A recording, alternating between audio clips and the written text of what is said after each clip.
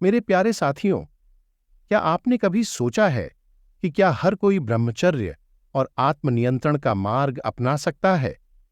ब्रह्मचर्य अक्सर भौतिक इच्छाओं को त्यागने और आध्यात्मिक विकास पर ध्यान केंद्रित करने से जुड़ा होता है। लेकिन क्या आज की दुनिया में कोई सचमुच इस रास्ते पर चल सकता है, जबकि ब्रह्मचर्य का अभ्यास पारंपरिक रूप से भिक्षुओं और आध्यात्मिक साधकों द्वारा किया जाता है? कोई भी इसके सिद्धांतों को अपने तरीके से अपना सकता है। इसका मतलब जरूरी नहीं कि रिश्तों या सुखों को छोड़ दिया जाए, बल्कि जीवन के सभी पहलुओं में संयम और सचेतनता का अभ्यास किया जाए। अपनी ऊर्जा को आत्म सुधार और व्यक्तिगत विकास की ओर लगाकर हम सभी उस अनुशासन और ध्यान से लाभ उठा सकते हैं जो ब्रह्मचर्य सिखाता है। यह हमारी इच्छाओं का दोहन करने और उन्हें हमारी आध्यात्मिक यात्रा को बढ़ावा देने के लिए उपयोग करने के बारे में है। तो उत्तर है हाँ, हर कोई अपने तरीके से ब्रह्मचारी बनने का प्रयास कर सकता है। मेरे प्यारे साथियों, आइए ब्रह्मचर्य की अवधारणा में गहराई से उतरें और हिंदू धर्म में इसके महत्व के साथ साथ समकालीन समाज में इसकी प्रासंगिकता का पता लगाएं।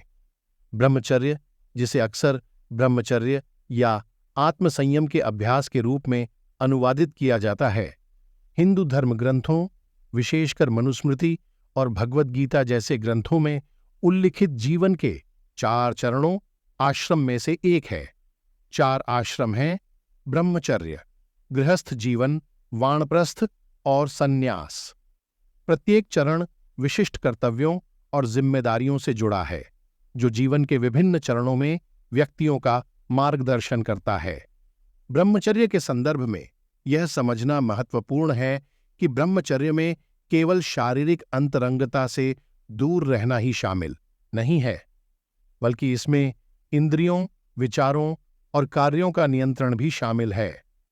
यह किसी की ऊर्जा को ज्ञान, आत्म साक्षात्कार और आध्यात्मिक विकास की दिशा में लगाने के बारे में है। पारंपरिक हिंदू समाज में ब्रह्मचर्य का अभ्यास मुख्य रूप से छात्रों द्वारा अपनी शिक्षा के दौरान किया जाता था, क्योंकि वे खुद को एक गुरु के मार्गदर्शन में सीखने के लिए समर्पित करते थे। जबकि ब्रह्मचर्य को अक्सर ब्रह्मचर्य से जोड़ा जाता है, यह ध्यान रखना महत्वपूर्ण है कि इसे जीवन के सभी पहलुओं में संयम, अनुशासन और सावधानी पर ध्यान केंद्रित करते हुए व्यापक अर्थों में भी अभ्यास किया जा सकता है।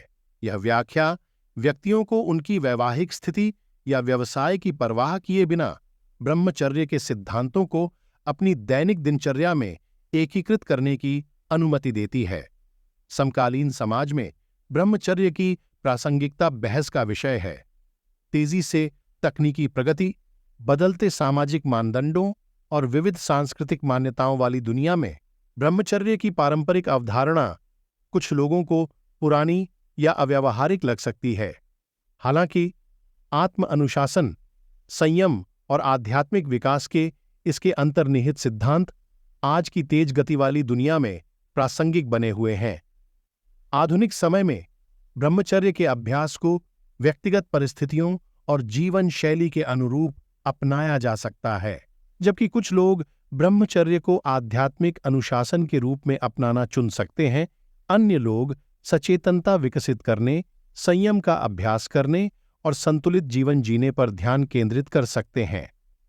मुख्य बात ब्रह्मचर्य के सार को अपने दैनिक जीवन में शामिल करना है, चाहे वह किसी भी विशिष्ट रूप में हो। जो लोग अपनी आध्यात्मिक यात्रा के हिस्से के रूप में ब्रह्मचर्य का पालन करना चुनते हैं, उनके लिए ब्रह्मचर्य का अभ्यास कई लाभ प्रदान करता है।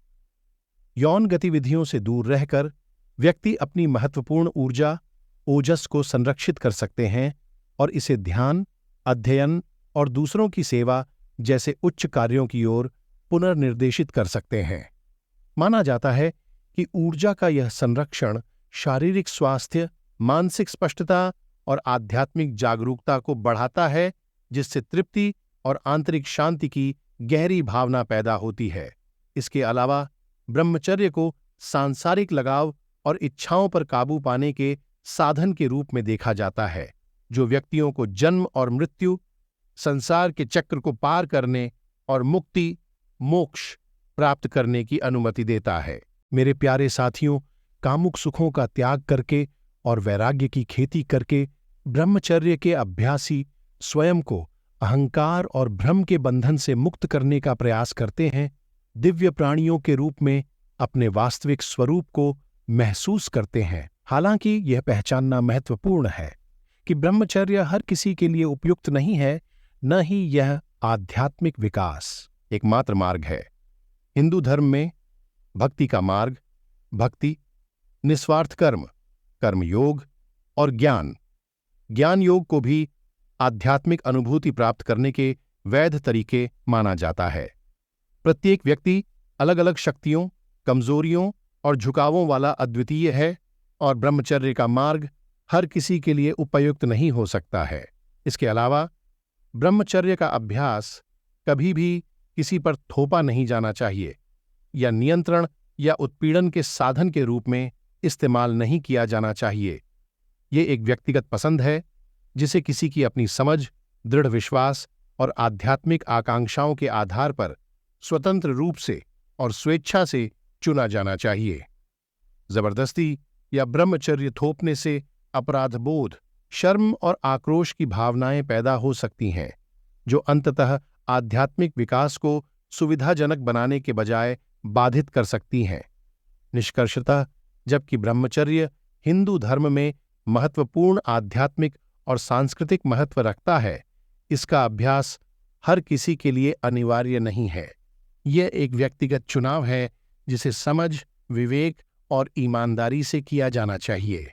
चाहे कोई ब्रह्मचर्य को आध्यात्मिक अनुशासन के रूप में अपनाना चाहे या ब्रह्मचर्य के सिद्धांतों को अपने दैनिक जीवन में शामिल करना चाहे, अंतिम लक्ष्य एक ही रहता है, किसी के वास्तविक स्वरूप की प्राप्ति और आंतरिक शांति और पूर्णता की प्राप्ति। संदेश: चैट जीपीटी गलतियां कर सकता है। महत्वपूर्ण जानकारी की जांच करने पर विचार करें। अपनी ऊर्जा को आत्म सुधार और व्यक्तिगत विकास की ओर लगाकर हम सभी उस अनुशासन और ध्यान से लाभ उठा सकते हैं जो ब्रह्मचर्य सिखाता है। यह हमारी इच्छाओं का दोहन करने और उन्हें हमारी आध्यात्मिक यात्रा को बढ़ावा देने के लिए उपयोग करने के बारे में है। तो उत्तर है हाँ, हर कोई अपने तरीके से ब्रह्मचारी बनने का प्रयास कर सकता है। यह हमारी जीवन शैली या मान्यताओं की परवाह किए बिना अपने भीतर संतुलन और सद्भाव खोजने के बारे में है। वीडियो देखने के लिए धन्यवाद। आध्यात्मिकता और व्यक्तिगत विकास पर अधिक सामग्री के लिए हमारे चैनल को सब्सक्राइब करना न भूलें। Thank for watching, keep support.